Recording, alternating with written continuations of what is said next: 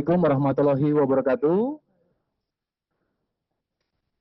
Selamat sore, salam sejahtera bagi kita sekalian. Shalom, Om Swastiastu, Namo Buddhaya, salam kebajikan. Rekan-rekan media yang saya hormati dan saya banggakan, di hadapan rekan-rekan bersama-sama dalam kegiatan press conference hari ini, tepatnya pada hari Kamis tanggal 13 Maret 2025, di hadapan rekan-rekan saya didampingi dari yang pertama yang kami hormati Bapak Nahar, Deputi Bidang Perlindungan Khusus Anak dari Kementerian PPPA. Kemudian yang kami hormati Ibu Ai Mariati Solihah, Ketua KPAI.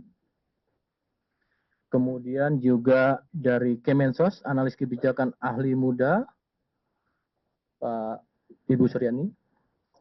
Kemudian dari Kompolnas hadir turut serta di sini Irjen Pol Purnawirawan Ibu Ida Utari, yang kami hormati Karo Watprof Divpropam Polri Bapak Brigjen Polisi Agus, dan Dir Tipit Siber Brigadir Jenderal Polisi Himawan Bayu Aji, serta Dir PPA dan PPO Baris Krim Polri Brigadir Jenderal Polisi Ibu Nurul Ajijah, serta juga di sini hadir Bapak Dirreskrim Polda NTT, Bapak Patar. Rekan-rekan media yang saya hormati, perlu kami sampaikan, pada hari ini, Kamis 13 Maret 2025, Divisi Humas Polri menyelenggarakan kegiatan press conference terkait dengan penanganan kasus tindak asusila terhadap anak oleh Polda NTT. Rekan-rekan yang saya hormati, perlu diketahui bahwasanya Polri konsisten dan komitmen ya, akan menindak tegas setiap pelanggaran personel Polri terhadap pelanggaran-pelanggaran yang melanggar peraturan maupun perundang-undangan yang berlaku. Namun pada konteks pendahuluan ini, perlu saya sampaikan, ya, sebelum masuk ke materi penyampaian rilis, perlu kami sampaikan dan sebagai juga bahan edukasi kepada teman-teman semua, substansi pada rilis ini agar mengacu juga kepada peraturan perundang-undangan dan hak-hak terkait perlindungan anak yang perlu bersama-sama kita jaga. Maka Polri dalam hal ini telah melakukan tindakan tegas terhadap FWLS ex Kapolres Ngada melalui proses kode etik dan bersamaan atau simultan dengan tindak pidananya. Maka Polri juga wajib dalam hal ini melakukan langkah-langkah secara pada aspek kecermatan, ketelitian, di mana langkah-langkah ini juga dalam rangka mendasari pada hak-hak perlindungan anak secara prosedur. Sehingga secara komprehensif, seluruh perbuatan terduga pelaku dapat dikonstruksikan merupakan patut diduga tindak pidana terhadap kejahatan hak-hak terhadap perlindungan anak. Apresiasi dan terima kasih juga kami ucapkan kepada seluruh elemen masyarakat yang telah memberikan atensi, pandangan, pendapat, argumen terhadap konstruksi kasus yang teman-teman media sampaikan. Namun tentu dalam hal ini Polri akan bekerja secara profesional dan prosedur sesuai peraturan dan perundang-undangan yang berlaku dengan cara mengumpulkan alat bukti, di mana termasuk juga diantaranya melakukan menguji secara akademis, yaitu dengan menggunakan pendapat ahli, kemudian juga secara kelembagaan, tadi sudah kami sampaikan ada beberapa lembaga instansi yang hadir bersama kita dalam rangka untuk perlindungan saksi dan juga terhadap korban, termasuk pemerhati anak. serta secara scientific crime investigation, sehingga tentu proses ini dapat dipertanggungjawabkan. Yang kami sampaikan pertama adalah pada proses kode etik profesi Polri. Divpropam Polri telah melakukan langkah-langkah dan hasil daripada laporan kegiatan pemeriksaan pelanggaran kode etik yang dilakukan oleh terduga pelanggar atas nama AKBP FWLS Jabatan Pamenian Mapolri ex Kapolres Ngada Polda NTT, di mana ada hasilnya yaitu wujud perbuatan dugaan pelanggaran KIPP yang dilakukan oleh FWLS Jabatan Pamenian Mapolri ex Kapolres Ngada Polda NTT dengan wujud perbuatan melakukan pelecehan seksual terhadap anak di bawah umur dan persetubuhan atau perjinahan tanpa ikatan pernikahan yang sah, konsumsi narkoba, serta merekam, menyimpan, memposting, dan menyebarluaskan video pelecehan seksual terhadap anak di bawah umur. Dengan hal ini perlu kami sampaikan, nanti secara teknis Pak Karwatprof akan menyampaikan kapan proses ini telah dilakukan dan apa yang mendasari proses ini juga dilakukan melalui kode etik. Saya menyampaikan hasil dari penyelidikan pemeriksaan melalui kode etik dari Watprof. Ditemukan fakta bahwa FWLS telah melakukan pelecehan seksual dengan anak di bawah umur sebanyak 3 orang dan 1 orang usia dewasa. Antara lain, saya akan menyebutkan anak 1, anak 2, dan anak 3. Ya. Anak 1 usia 6 tahun, anak 2 usia 13 tahun, anak 3 usia 16 tahun, dan anak, ulangi, orang dewasa dengan inisial SHDR usia 20 tahun. Sehingga ini bisa diketahui pada konteks sebagai anak dan orang dewasanya. Kemudian tanggal 24 Februari 2025 ini sudah dilakukan penanganan perkaranya oleh Divpropam dan telah ditempatkan secara penempatan khusus. Nanti akan dijelaskan sejak kapan sampai dengan kapan oleh Karwatprof dan langkah-langkah yang telah dilakukan yaitu pemeriksaan korban dan saksi-saksi. Saksi yang sudah dilakukan pemeriksaan sebanyak 16 orang. Terdiri dari 4 orang korban, termasuk tadi 3 anak, 4 orang manajer hotel, 2 orang personil Polda NTT, 3 orang ahli. Di sini dalam keahliannya yang bisa kami sampaikan adalah selaku ahli di bidang psikologi, agama, dan kejiwaan, serta 1 orang dokter, dan kemudian ibu korban anak 1. Terhadap pasal yang dilanggar, dengan itu maka dilakukan melaksanakan gelar perkara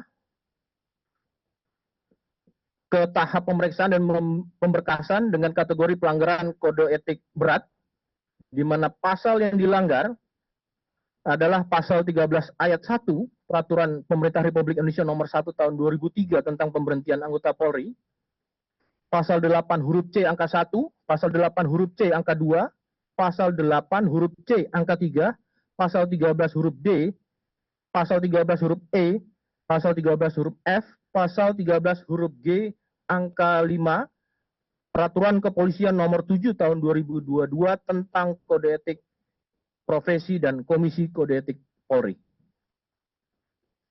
Di mana pada penjelasannya di sini jelas, anggota Kepolisian Negara Republik Indonesia dapat diberhentikan tidak dengan hormat dari Dinas Kepolisian Negara Republik Indonesia karena melanggar sumpah atau janji anggota Kepolisian Negara Republik Indonesia.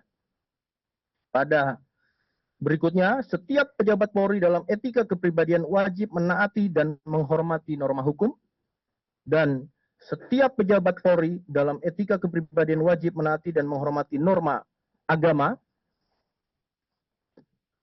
Kemudian juga setiap pejabat Polri dalam etika kepribadian wajib menaati dan menghormati norma kesusilaan. Setiap pejabat Polri dalam etika dilarang melakukan perilaku penyimpangan seksual atau disorientasi seksual. Kemudian selanjutnya, setiap pejabat Polri dalam etika kepribadian dilarang melakukan penyalahgunaan narkotika, psikotropika, dan obat terlarang, meliputi penyimpanan, menggunakan, mengedarkan, dan atau memproduksi narkotika, psikotropika, dan obat terlarang. Setiap pejabat Polri dalam etika kepribadian melakukan perzinahan dan atau perselingkuhan. Setiap pejabat Polri dalam etika kepribadian dilarang menggunakan sarana media sosial dan media lainnya untuk aktivitas atau kegiatan mengunggah, memposting, dan menyebarluaskan pornografi dan porno aksi. Rekan-rekan, proses ini sudah berlangsung dan rencananya nanti akan disampaikan kapan akan dilakukan sidang KKET oleh Karowat Prof.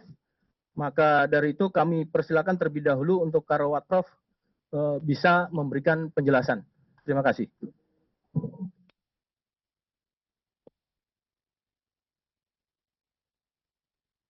Baik, terima kasih. Assalamualaikum warahmatullahi wabarakatuh. Salam sejahtera untuk kita sekalian. Om Swastiastu, Namo Buddhaya, salam kebajikan. Selamat menjalankan ibadah puasa bagi yang menjalankan ibadah puasa. Kami menambahkan penjelasan dari Bapak Karopenmas, Divisi Humas Polri, tentang penanganan kode etik AKBP FWLS ini. Bahwa sesuai Bapak Kadipropam, Polri dalam hal ini tidak pandang bulu dalam menegakkan hukum dan tidak mentolerir segala bentuk pelanggaran, khususnya yang mencederai kehormatan dan nilai-nilai institusi Polri. Di Propam Polri terhadap perkara ini, setelah ada informasi dari Divhubinter, telah melakukan pengamanan khusus di Propam dimulai tanggal 24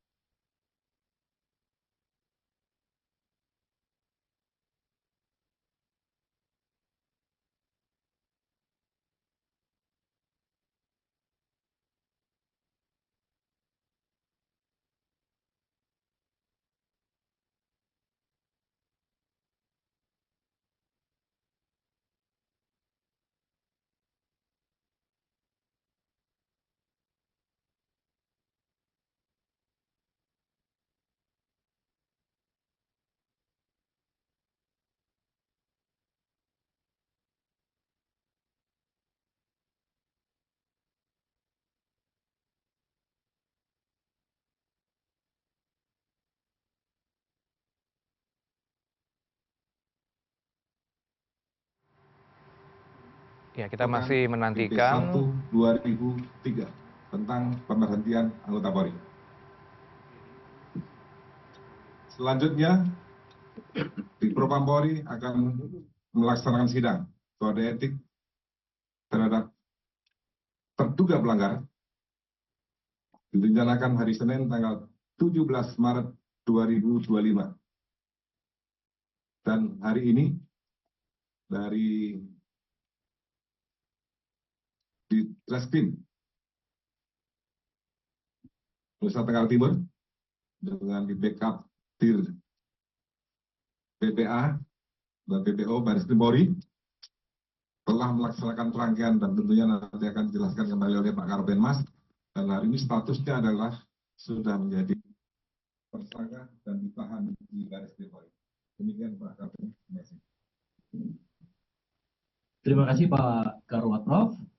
Rekan-rekan, tadi saya sudah sampaikan, kasus ini secara simultan ya, antara kode etik dan tindak pidana berlangsung bersamaan.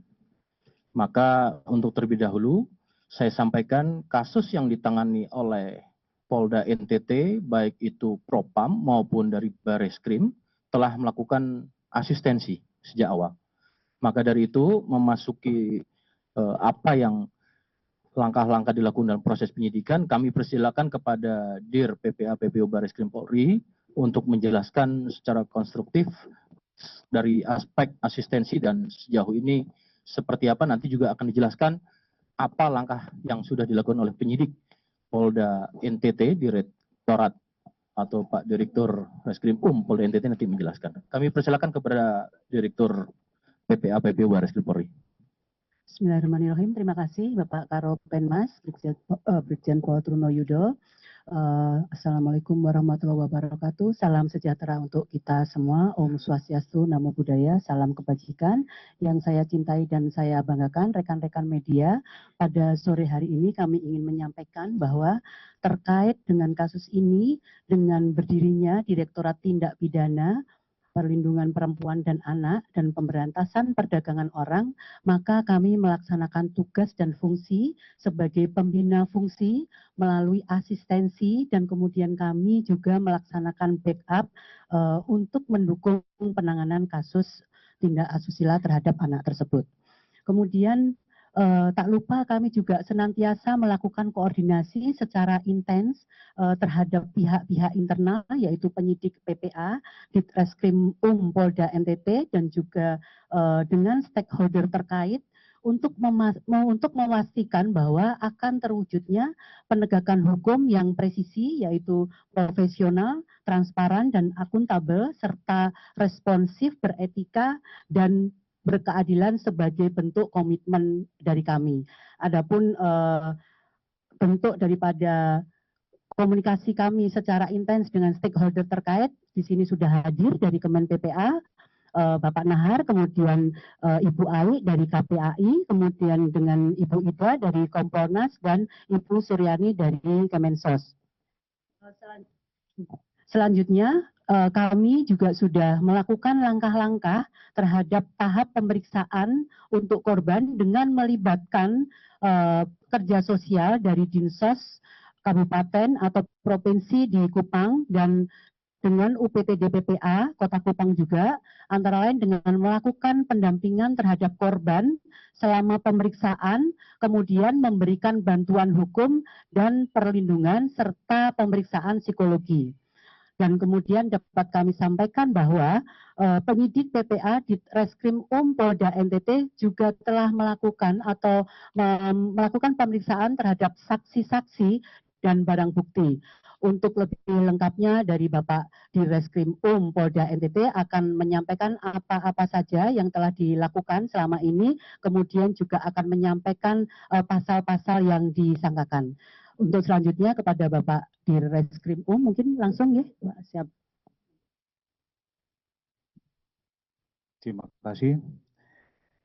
Yang terhormat Bapak Karopenmas, Insinyur Jenderal, rekan-rekan media, kami menyampaikan izin pada kesempatan siang hari ini terkait dengan peristiwa yang terjadi di Polda NTT, yaitu adanya satu peristiwa kekerasan seksual terhadap anak yang ditangani di Polda NTT.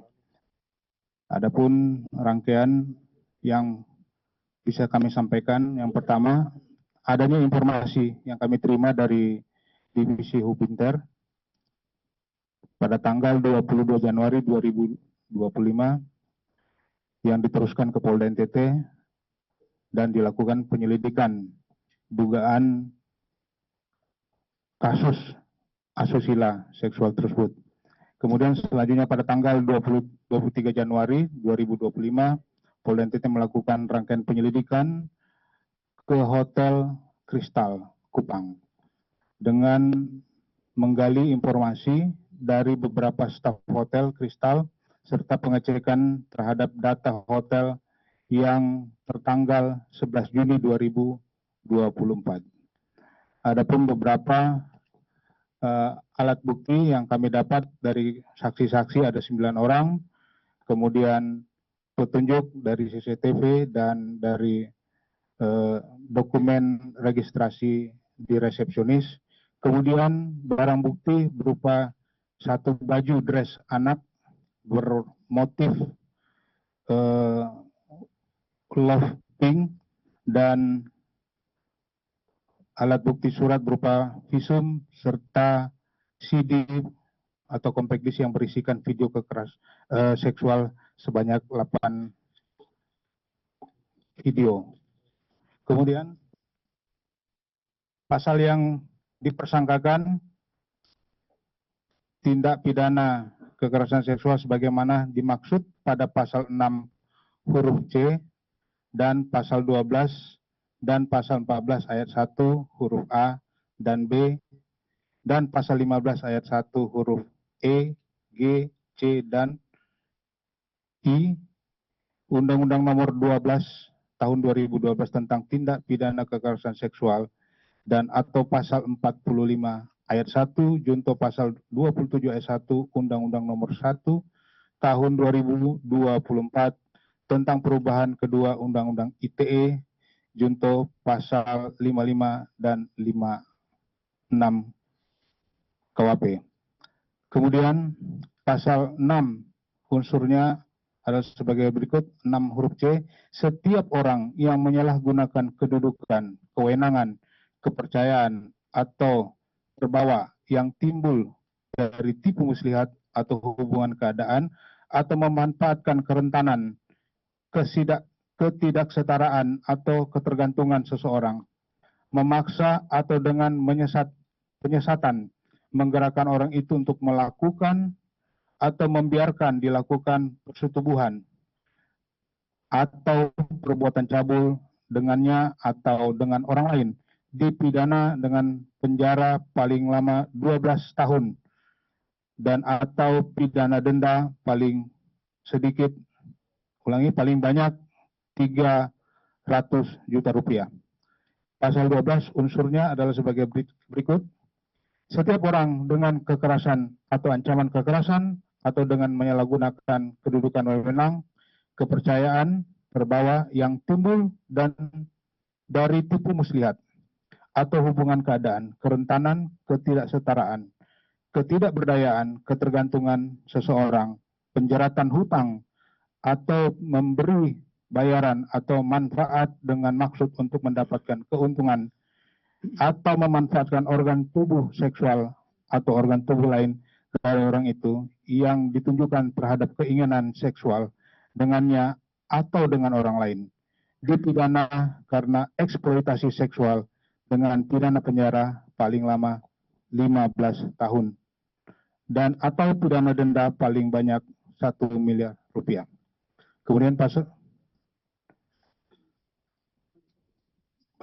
Kemudian berikut adalah pasal 14 ayat 1 huruf A dan B. Kemudian tambahan dari gelar tadi siang pasal 15 ayat 1 huruf E, G, J, dan L.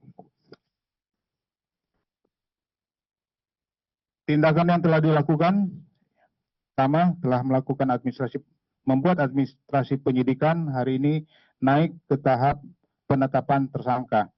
Kemudian mengirim SPDP, ini sudah dilakukan. Kita juga sudah mendapat jaksa peneliti dari Kejati NTT. Kemudian yang sudah dilakukan meminta keterangan 3 anak korban, melakukan visum terhadap anak korban, meminta pendampingan bagi korban anak, meminta laporan sosial korban anak, meminta perlindungan bagi anak korban ke LPSK, mengambil keterangan 6 saksi, meminta keterangan terlapor. Hari ini keterangan sebagai tersangka sudah kami ambil, melakukan gelar perkara dalam melakukan gelar perkara menetapkan tersangka sudah dilakukan. Rencana tindak lanjut melakukan penyitaan berupa CCTV, buku, registrasi yang ada di resepsionis, akte kelahiran anak, HP milik terlapor, DVD berisi video asusila. 2. Melakukan pemeriksaan terhadap barang bukti elektronik di Puslap 4 Polri. 3. mengirim berkas perkara ke jaksa penuntut umum dan melengkapi jika ada petunjuk jaksa. Kemudian menyerahkan tersangka dan barang bukti setelah kasus dinyatakan P21. Demikian. Terima kasih Pak Direktur dan Direktur PPA PPO atas penjelasannya. Rekan-rekan tadi sudah dijelaskan, proses ini telah dilakukan gelar perkara dalam rangka untuk penetapan tersangka dan maka hadir tadi tersangka di hadapan rekan-rekan media semuanya sebagai bagian daripada transparansi serta akuntabilitas dari proses ini. Kemudian tadi juga dijelaskan oleh Pak Direktur Reskrim Polda NTT berkaitan dengan undang-undang yang berlapis dan salah satu diantaranya adalah terkait dengan ITE. Ya, mentranskrip.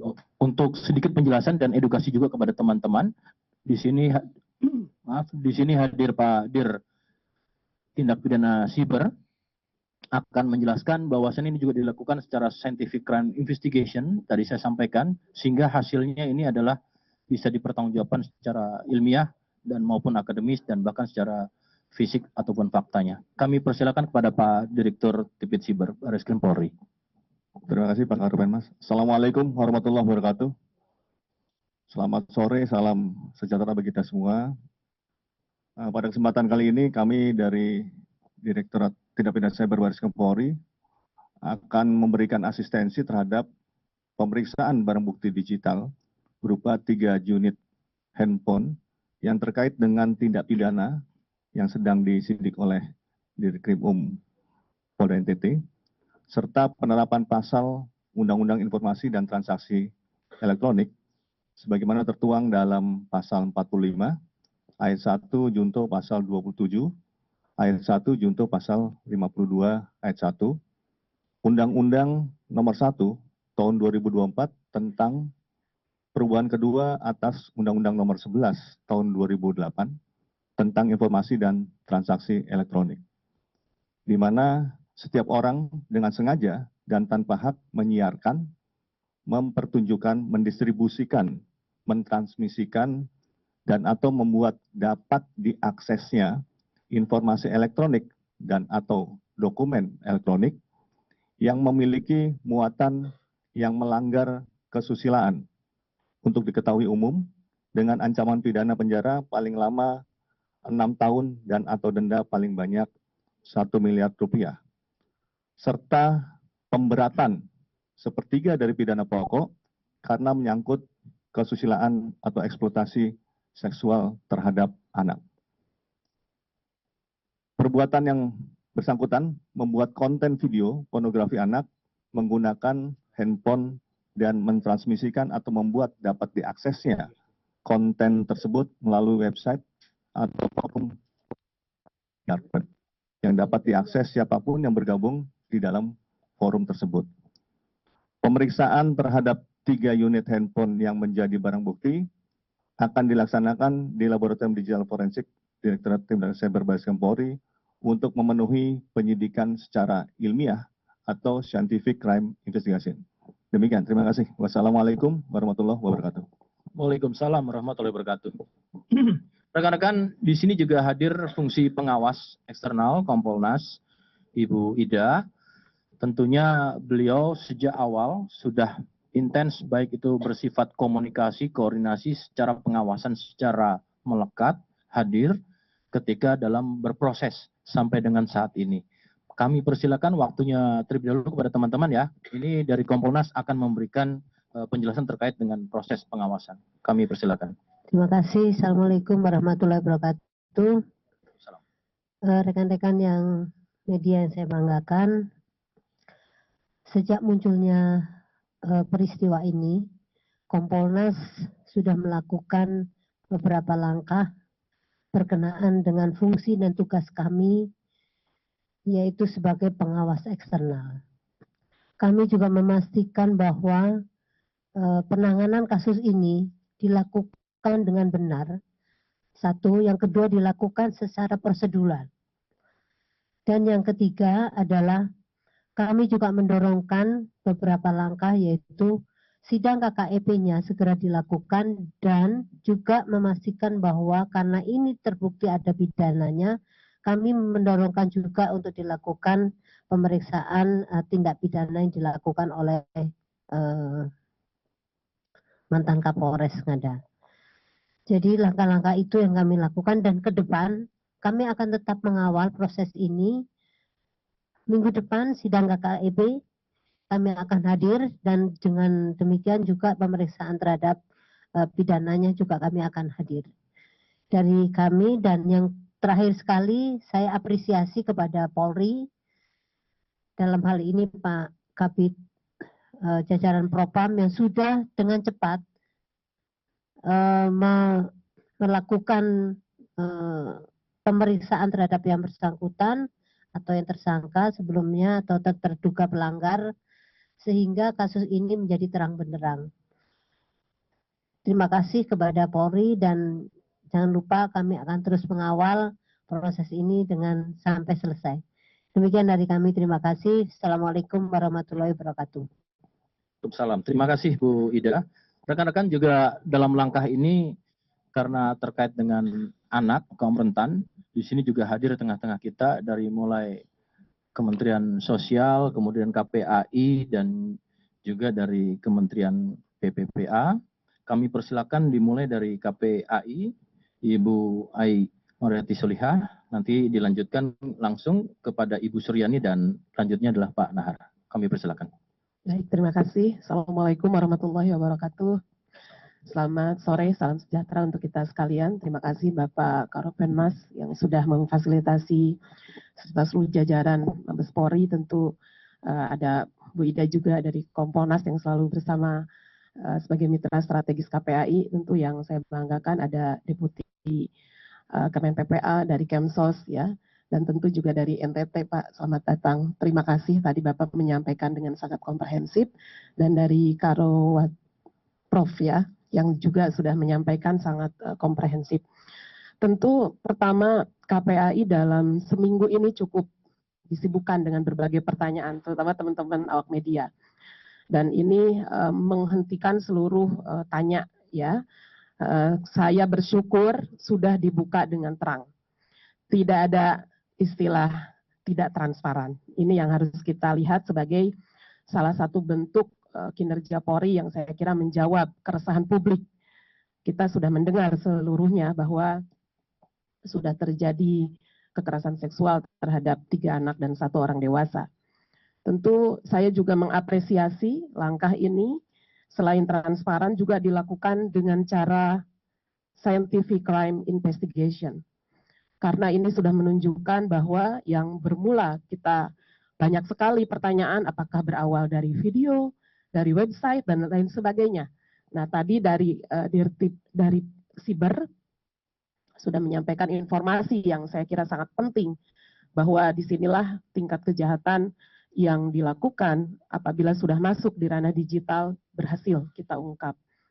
Tentu Komisi Perlindungan Anak Indonesia melihat ada 2 sisi krusial dari kasus ini. Yang pertama, kami akan terus melakukan pengawasan korban yang sudah di dalam penjangkauan teman-teman yang melakukan layanan. Ini akan terus kami pastikan mendapatkan rehabilitasi baik secara fisik, psikis ya, dan juga keselamatan. Tentu kenapa berkaitan dengan keselamatan? Banyak diantaranya pertanyaan, kekhawatiran, dugaan adanya intimidasi misalnya dari pihak-pihak tertentu, ataupun juga kekhawatiran adanya tekanan baik pada korban maupun keluarga. Kami di sini menyatakan sekali lagi terima kasih sudah diberikan ruang yang cukup terang, ya, cukup transparan bahwa sudah dalam ruang lingkup saksi dan bahkan keterangan sudah diperoleh secara terang benderang. Itu yang pertama. Yang kedua, tentu penegakan hukum yang hari ini dilakukan kami meng-underline secara simultan. Itu artinya beberapa hal yang kemungkinan menjadi pengembangan akan kita terus lakukan langkah-langkah pengawasan serta koordinasi, dan tentu saja ini menjadi sebuah jawaban